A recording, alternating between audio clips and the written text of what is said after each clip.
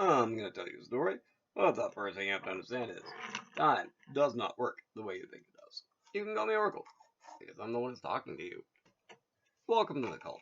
Now, couple things. So, I went treasure collecting today. That's funny. So,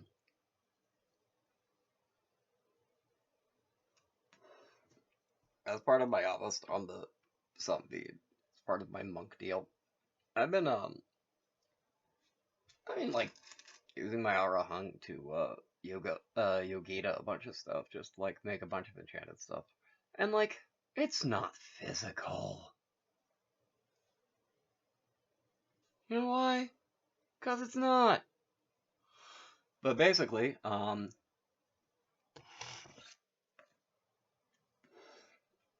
basically, like, went through a long list of, treasures from the Vita. I was like, that'd be cool. I'm gonna make one. Like a Brahmastra. Yeah, I have a Brahmastra. I have a Philosopher's Stone. Fun fact, Brahmastra can actually be evolved. I forget what the actual term is for it, but it's pretty gnarly. It's a lot like Brahmastra. Fun thing about Astra in general. Apparently, Astra in general, in the Vitas, are pretty universally weapons. Because whatever wondrous powers they have, they're god weapons.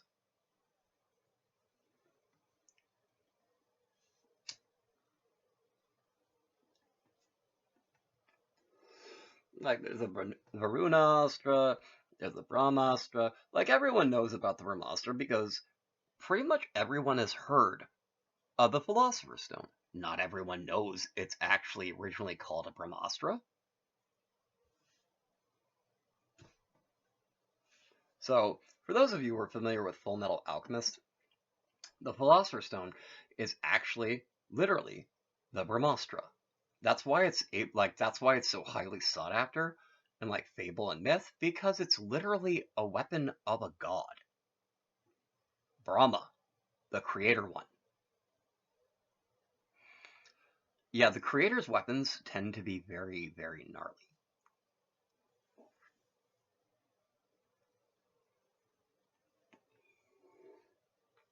So, like, for anyone who's tempted to do something like this themselves, a couple of notes. One, unless you actually have some sort of Azazampadati, some sort of blessing ability, you're going to have limited results. I'm not saying no results, I'm saying limited results, first of all. Because, like, technically it's God stuff. Like, Buddha is about, not being a god. Buddha is about being a human, trying to be enlightened. But being aware that the gods are very real, they're there. So, like, can you do this without some sort of Arahang Azazam Vidadi kind of deal? I mean, I imagine so, actually. But you'll probably have diminished results to be affected. And as for results, I did all this because I kind of wanted to. I just did it. So, like,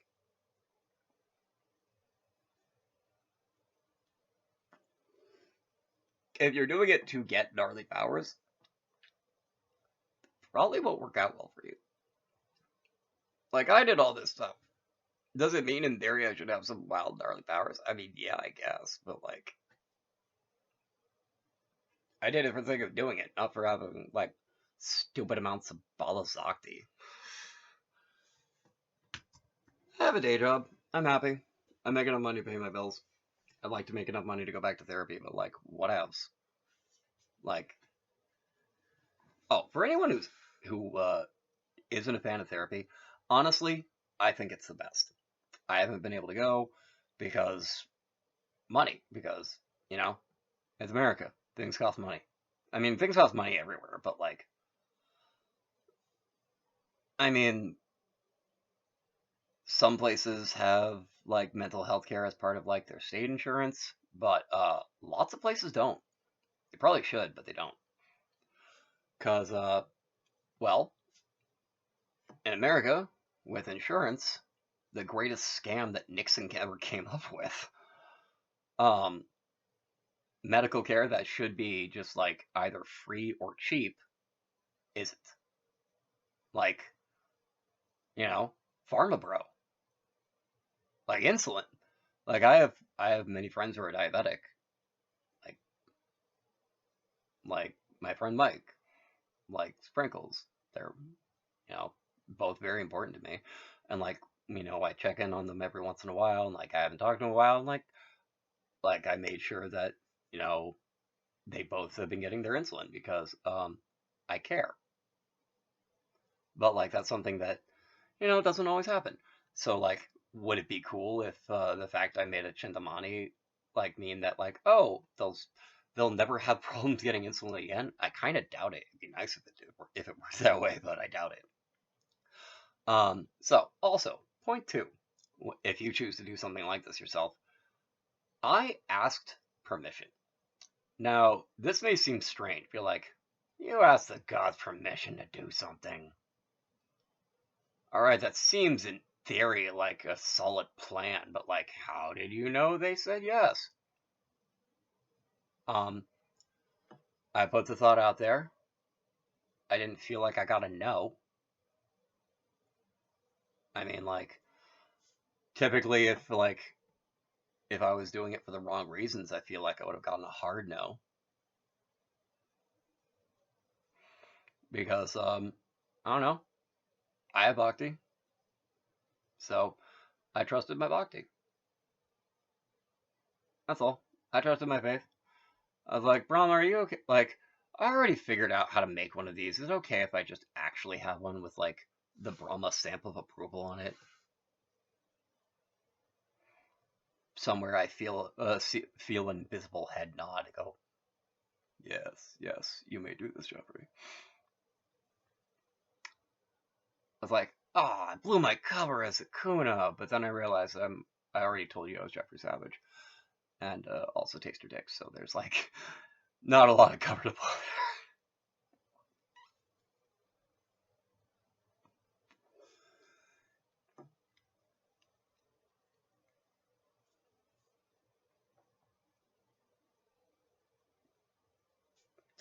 I could just like pull up a list, but what else? I'm not going to. Since it is 3 days into 2024, and I told you I'd at least do a quick flash through this. So, Llewellyn makes great books. They're just a good publisher in general for anyone who wants to do more reading on magic. Llewellyn books tend to be really good. So look for this little crescent moon. Usually a good idea. Like publisher marks for good books. Not all of them will be under these. A lot of the like your good finds, like your best finds, will be just the randos. I'm not even joking. But anything by Weiser has an Ankh press. Anything by Llewellyn that has a Crescent Moon press. They are both really good publishers for this kind of material. So, how to use the date book includes handy little planet guides. Like it's actually like almost like a baby witch primer, honestly. Talks about planetary movements, zone changes, Mercury in retrograde. Funny thing about Mercury in retrograde, like people like to joke about Mercury being in retrograde, and like to an extent, it is just a joke, and to another extent, it's not, because like that's the thing, the planets, they're there, we know they're there, they have gravity. So if you want to take a look at this from a Brahmanda Jnana, like a cosmic knowledge sort of view, the core concept of astrology, or Jyosha, essentially is that as we're born, as we're going through our lives, you know, things affect us. The whole point of that is basically, near as I can tell, and this is, very easily a stretch. So, like, this is me sprinkling, actually, this is me sprinkling Lavana on myself. This is me putting salt on myself. So take this with as many grains of salt as you feel necessary. But, like, stars have mass. Our sun has mass. Ton of it. That's why we keep circling the thing. Keeps us alive and stuff. But all the other stars have mass. They all exert gravity. All the planets around them also exert gravity. The planets in our solar system also exert gravity. Now, at the distances involved, microscopic amounts. But that's kind of the point. It's about taking all of this mass that, in theory, actually does affect every single person everywhere on any given planet.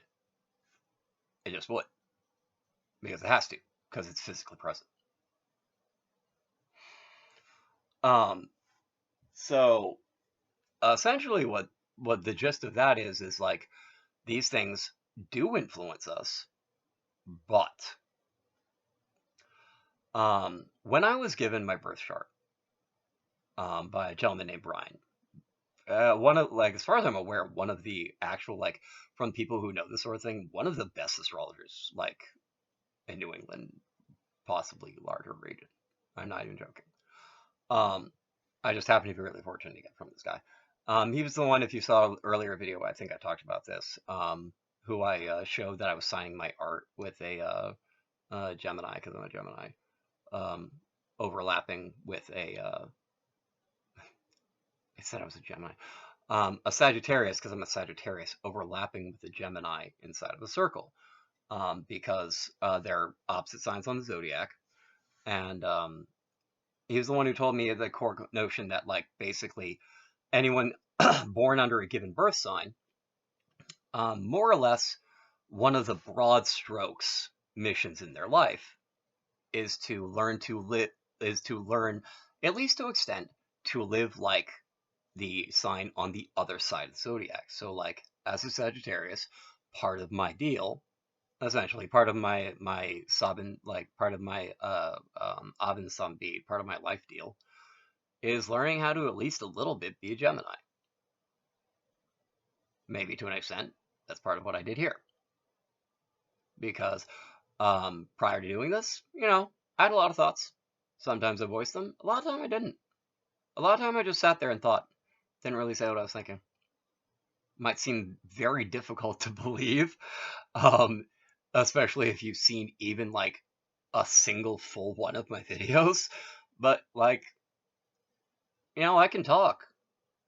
But I can also sit there and just not talk for, like, a long time, and I'll sometimes get a little lost in my head, but most of the time I'm more just taking in the environment.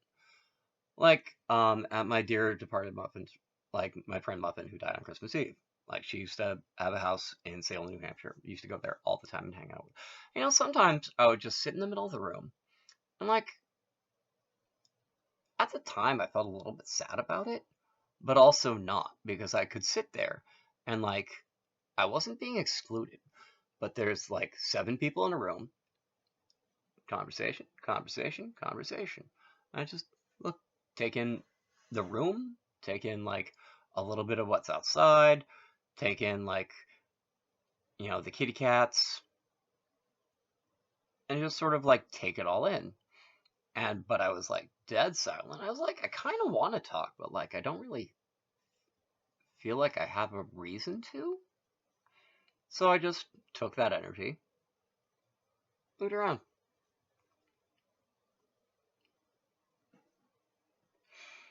Anyway, I think that covered most of what I was going to do in this video.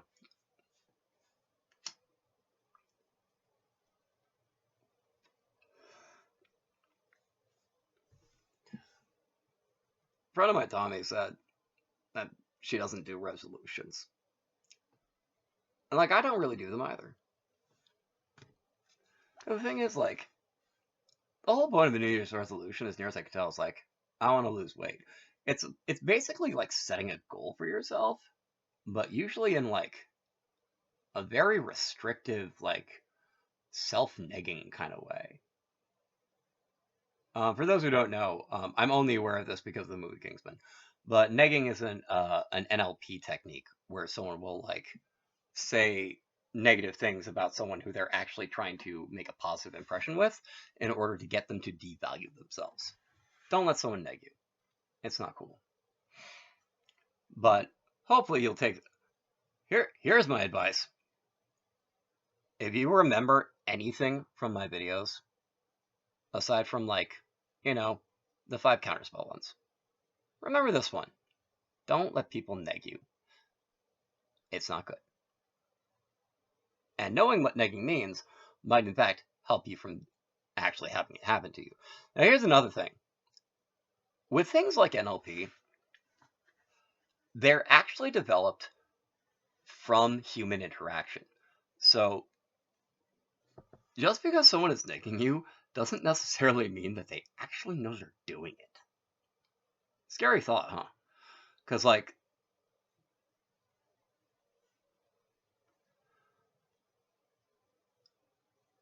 I don't know how many women are going to end up watching this, but how many men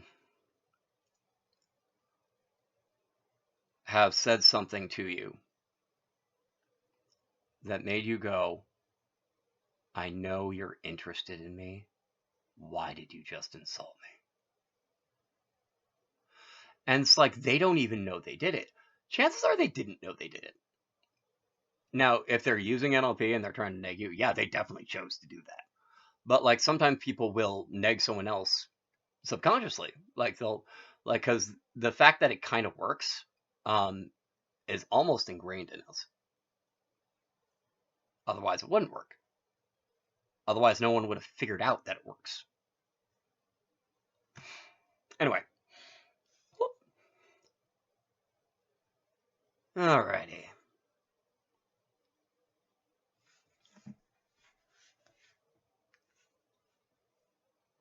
Let me think.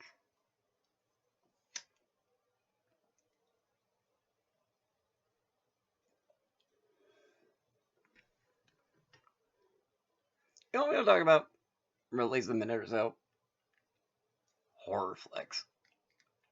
Because like my first novel set, the first 3 books I wrote were horror comedy. So I feel like I have an interesting perspective on horror.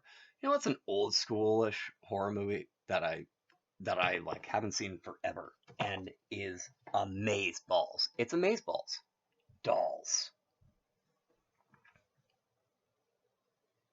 Creepy as everything. Not even joking.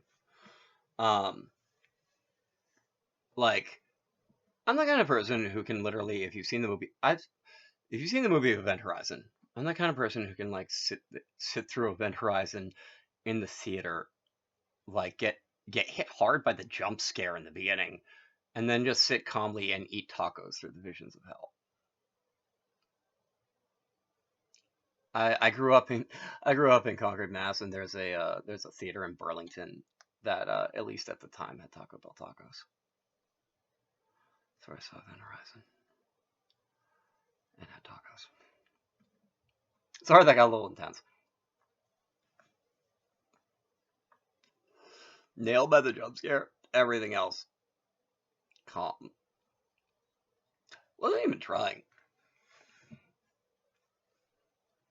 Less, more psychological horror. The Cell, fantastic movie. Vince Vaughn is so money in that movie. He doesn't even know it. If you've seen Swingers and The Cell, that should be hilarious. Let's see what else. I've seen Hostel. It's all right. I saw Saw. Very interesting core concept. I feel like I'm a little bit bored by the H.H. Holmes murder hotel escape room concept. And like I kind of feel like I want to sit down and just get a view of the plot of the entire series so I can get a view of Jigsaw's arc because I don't want to deal with like 8 escape rooms where everyone dies. Like, I get it. I get it. Like, I get this general gist, but like, but I mean, I've seen the first one. I've seen Hostel. Splatterpunk gore. Bleh. It's like, there's a reason I didn't watch a Serbian film. Like, nothing against it, honestly. From what I understand, actually, it is magnificently done. Like, for an exploitation film, it is magnifique. But that's part of the reason I don't want to watch it.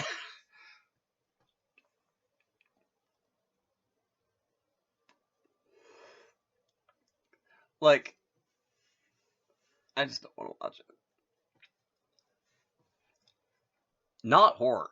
Not horror at all. But movies that I love that I refuse to watch again. Pretty much only one. There is only one movie that I adore, and I can't watch it again. And I'm gonna say it, and anyone who hates it, and anyone who loves it, will immediately understand. And anyone who hasn't seen it is like, what is this about? I'll tell you. It's Requiem for a Dream. It's about heroin addicts.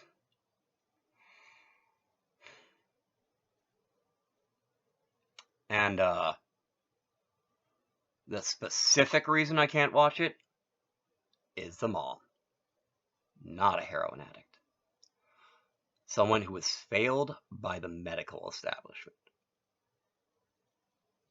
In a way that makes, like, Pharma Bro actually look okay. That's why I won't watch it again. Oh, and Marianne never sees that. Yeah, I love that movie too. But I will never watch it again, and you know exactly why. Unless I gotta sort of have to. I might gotta sort of have to at some point, but I gotta hope not. I don't need a second round of Requiem for a Dream. That's a chai swapped into me. That's a nightmare. Which is kind of the point, still.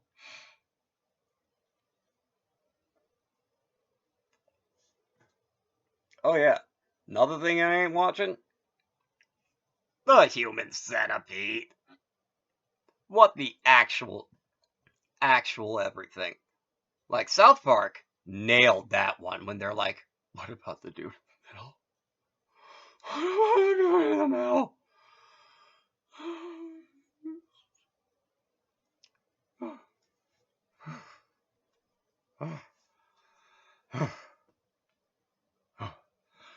Scary. Scary. Scary. In a way that if, like, you were afraid of normal centipedes, it would either make you even more afraid of them, or makes them seem like nothing. The fact that that movie even exists makes me not as scared of centipedes. I ain't frontin'. Alright. That is enough for now. This is Oracle, gonna sing myself out. After freaking myself a little bit ways out. Dream safely, everyone. With your yoganidrA, your sleep meditation like a practice makes self thereof. As part of my yoga dasana or my dream state yoga. And that'll be the way I'll dream safely myself up. And as for all of you, Vapna safely out there. Especially if you happen to watch a Serbian film. Good luck, buddy, out there. This is Oracle, gonna sing myself out. Good evening, all y'all, 'cause it's evening for me. Have a good evening, folks, out there in the wee.